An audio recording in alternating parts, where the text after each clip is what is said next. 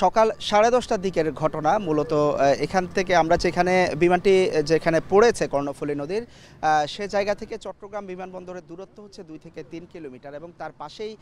বিমান বাহিনীর জহুরুল হক ঘাটির যে রানওয়ে, সে রানওয়েটি মূলত সেই রানওয়ে থেকেই প্রশিক্ষণ নেন বিমান বাহিনীর উইং কমান্ডার কিংবা স্কোয়াড্রন লিডাররা। সেখান থেকেই মূলত বিমানগুলো উড়ে আসে, অর্থাৎ সেই 1.5 থেকে 2 কিলোমিটার এলাকা ঘুরে আসার পরপরই মূলত কর্ণফুলী নদীর যেখানে দেখছেন আপনি সেই জায়গাটিতে বিধ্বস্ত হয়েছে। এটি সামনেই যেটি দেখছেন যে এটি পিসিটি অর্থাৎ পতেঙ্গা কন্টেইনার টার্মিনাল, তার ঠিক সামনে যে কর্ণফুলী নদী, সেখানে বিমানটি নদীতে পড়েছে বলে এখানকার মাঝি মাল্লা এবং স্থানীয়রা নিশ্চিত করেছেন। এবং তারা যেটি বলছেন যে উড়ার সময় বিমানটিতে স্পষ্ট আগুন দেখা গিয়েছে, অর্থাৎ আগুন ধরে যাওয়ার পর তারা দেখেছেন যে 2জন পাইলট মূলত প্যারাশুট দিয়ে সেই বিমানটি থেকে লাফিয়ে নেমে আসে এবং তারা কর্ণফুলী নদীতে গিয়ে পড়ে। বিমানটিও এখন ঠিক যে জায়গায় কয়েকটি জাহাজ দেখছেন ঠিক সে জায়গায় গিয়ে পড়েছে। এখানে একটি বয়া রয়েছে,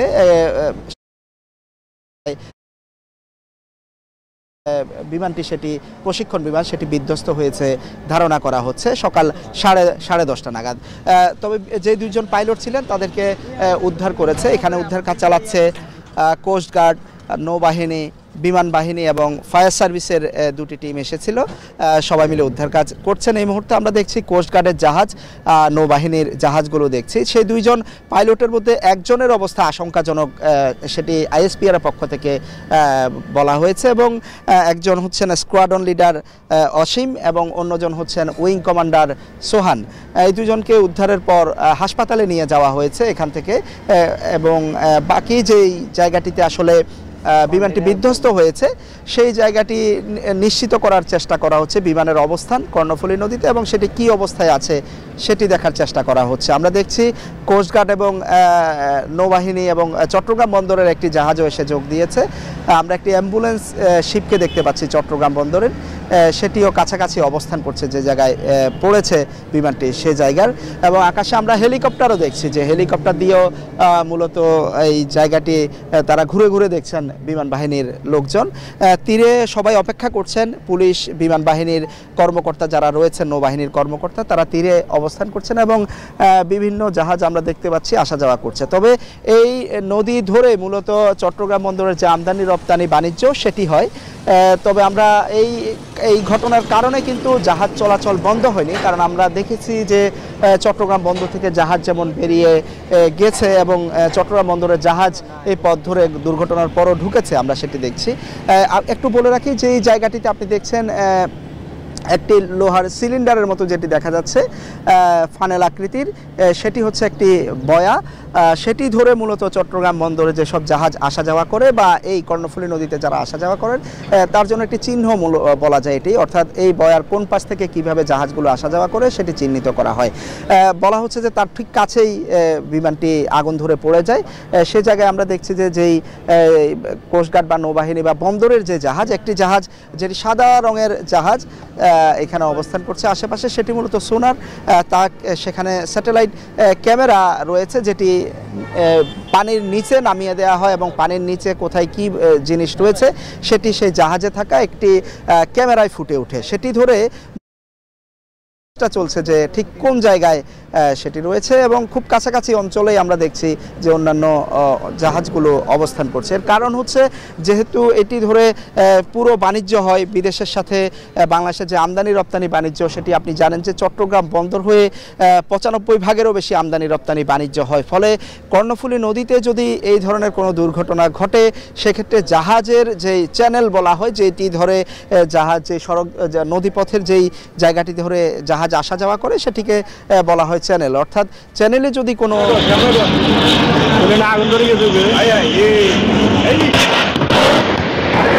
সেটি আসলে একটি আশঙ্কা তৈরি হয়, কারণ যে হাজার হাজার কোটি টাকার বাণিজ্য, আমদানি রপ্তানি সবগুলোই নির্ভর করে এই কর্ণফুলী নদী পাড়ি দিয়ে চট্টগ্রাম বন্দরে যাওয়ার উপর। ফলে এই বিষয়টিকে সর্বাধিক গুরুত্ব দেওয়া হয়। এখন যেখানে রয়েছে মূলত জাহাজটি বিমানটি বিধ্বস্ত হয়েছে সেই জায়গাটিতে বিমানের কি অবস্থান সেটি জাহাজ চলাচলে কোনো ধরনের প্রতিবন্ধকতা তৈরি করবে কিনা কিংবা বিমানটি কিভাবে আসলে উদ্ধার পরবর্তী কার্যক্রম চালানো যাবে সেই বিষয়গুলো আসলে নির্ধারণ করার চেষ্টা চলছে আমরা যতটুকু জেনেছি এবং এর মধ্যে যাদেরকে উদ্ধার করা হয়েছে মূলত এই ধরনের প্রশিক্ষণ বিমানে বলা হচ্ছে যে দুজন পাইলট থাকেন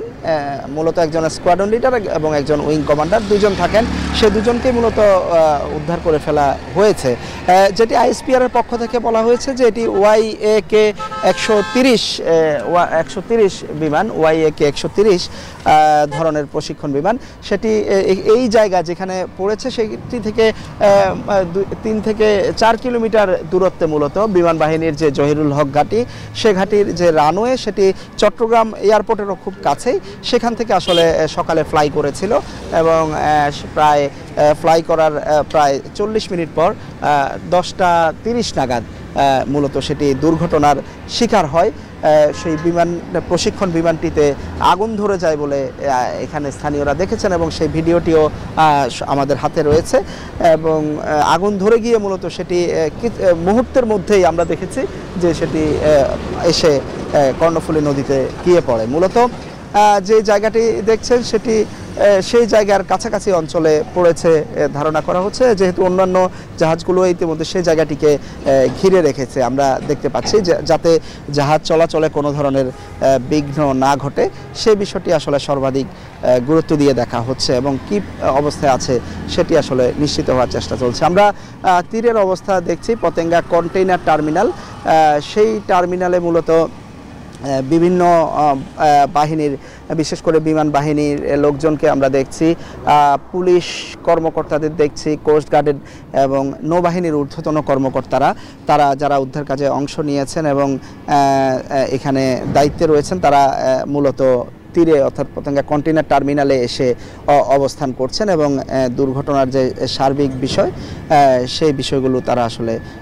নজরদারি বা দেখভাল করছেন এই জায়গা থেকে তবে সকাল 9:30টার দিকে যেই দুর্ঘটনা 10:30টার দিকে যে দুর্ঘটনাটি ঘটে এর পরপরই মূলত কোস্টগার্ড নৌবাহিনী এবং এখানকার স্থানীয় মাঝি যারা রয়েছেন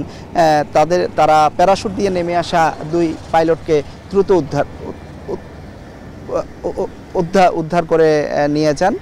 উদ্ধার করে নিয়ে আসেন এবং এর মধ্যে একজনের অবস্থা আশঙ্কাজনক সেটি বলা হচ্ছে তবে যেটি হয়েছে যে এই ধরনের ঘটনা যেহেতু একটা নিরাপত্তার বিষয় রয়েছে সে কারণেই মূলত আমরা এখনো পর্যন্ত আমাদেরকে কোনো কর্তৃপক্ষ আমাদেরকে বক্তব্য দিনে আমরা ফায়ার সার্ভিসের বক্তব্য নিতে চেয়েছিলাম তারা বলছেন যে বিষয়টি বিমান বাহিনীর অধীনে সেহেতু আইএসপিআর বা বিমান বাহিনীর পক্ষ থেকে বিষয়গুলো পরবর্তীতে যদি তারা জানায় তাহলে সংবাদ মাধ্যমে পুরোপুরি নিশ্চিত হওয়া যাবে বা সংবাদ মাধ্যমে তারা তাদের যে ধরনের তথ্য দেওয়া দরকার সেগুলো দিবেন তবে এরই মধ্যে আইএসপিআর এর পক্ষ থেকে কিন্তু ঘটনার সত্যতা নিশ্চিত করা হয়েছে যে একটি প্রশিক্ষণ YAK 130 প্রশিক্ষণ বিমান তবে যেটি সৌভাগ্য যে কোনো নিহতের ঘটনা আসলে ঘটেনি পাইলটরা আকাশে থাকতে নিরাপদে প্যারাশুট দিয়ে তারা বের হয়ে আসতে পেরেছেন এবং তারা কর্ণফুলী নদীতে গিয়ে মূলত প্যারাশুট দিয়ে পড়েছেন তবে একজনের অবস্থা আশঙ্কাজনক সেটি আসলে বড় বিষয় এখন আমরা যেটি দেখছি যে আমাদের ঠিক সামনে দিয়েই নৌবাহিনীর একটি অ্যাম্বুলেন্সকে দেখতে পাচ্ছি আমরা সেটি যাচ্ছে নৌবাহিনীর একটি অ্যাম্বুলেন্স আমাদের পাশ দিয়ে অতিক্রম করে গেল তবে সেখানে কাউকে আমরা খুব একটা দেখিনি আমরা দেখছি যে জাহাজগুলো অর্থাৎ যে জায়গায় বিমানটি বিধ্বস্ত হয়েছে সেই জায়গায় একটি অ্যাম্বুলেন্স জাহাজ সাদা রঙের যে জাহাজটি আপনি দেখছেন সেটি মূলত অ্যাম্বুলেন্স জাহাজ সেই জাহাজটিও সেই দুর্ঘটনাস্থলের কাছাকাছি গিয়ে অবস্থান করছেন অন্যান্য আমরা দেখছি নৌকা কোস্টগার্ডের জাহাজ যেগুলো রয়েছে সেগুলো যে জায়গায় বিমানটি বিধ্বস্ত হয়েছে সেটি হয়তো সোনার এসে নিশ্চিত করে দিয়ে গেছে। আমরা সোনার যে জাহাজটি, অর্থাৎ যে জাহাজটি ক্যামেরা পানির নিচে গিয়ে জাহাজটির অবস্থান শনাক্ত করে, সেই জাহাজটিকে এই মুহূর্তে আমরা দেখছি না। সেটি আমরা যতটুকু ধারণা করছি যে সেটি এই মুহূর্তে এখানে আর নেই, সেটি হয়তো অবস্থান নিশ্চিত করে একটু দূরে গিয়ে অবস্থান করছে। আমরা পাশেই কোস্টগার্ডের বিভিন্ন জায়গায় কোস্টগার্ডের জাহাজগুলো দেখছি। সেই জাহাজগুলো মূলত দুর্ঘটনাস্থলটি ঘিরে রেখেছেন এবং তার ঠিক কিছুটা দূরেই আমরা দেখতে পাচ্ছি যে একটি আমরা যে জাহাজটির কথা বলছিলাম যে সোনার জাহাজ, সেটি কিছুটা দূরে গিয়ে অবস্থান করছে। যে সাদা রঙের যে ইয়াটি ছোট জাহাজটি, সেটি অর্থাৎ এই মুহূর্তে মূল কাজ হচ্ছে মূলত এই বিধ্বস্ত বিমানটি ঠিক কোন জায়গায় রয়েছে সেই অবস্থান শনাক্ত করা আসলে জরুরি ছিল, কারণ সেই জায়গাটির আশপাশ ধরেই বা সেই বিধ্বস্ত বিমানটির কিভাবে রয়েছে সেটি ধরেই আসলে পরবর্তীতে চট্টগ্রাম বন্দরে জাহাজ আসা যাওয়ায় কোনো ধরনের নির্দেশনা দেওয়া হতে পারে। তবে আমরা দেখছি যে এর মধ্যেও কিন্তু বন্দরের জাহাজ আসা যাওয়া স্বাভাবিক আছে। আমরা দেখছি যে কিছু জাহাজ এরই মধ্যে এই পথগুলো অতিক্রম করে যাচ্ছে, এই পথের আশেপাশে অতিক্রম করে যাচ্ছে। তো এর আগের ঘটনা জানিয়ে রাখতে চাই, এই ধরনের প্রশিক্ষণ বিমান দুর্ঘটনা চট্টগ্রামে এর আগেও হয়েছে। বিশেষ করে 2015 সালে একটি বিমান দুর্ঘটনার ঘটনা ঘটে চট্টগ্রামের লোহাগাড়ায়, প্রশিক্ষণ বিমান, এবং এরপর 2017 সালে আরেকটি প্রশিক্ষণ বিমান চট্টগ্রামের বোয়ালখালী আনোয়ারা এলাকায় প্রশিক্ষণ বিমান একটি জমিতে বিধ্বস্ত হওয়ার ঘটনাও ঘটে।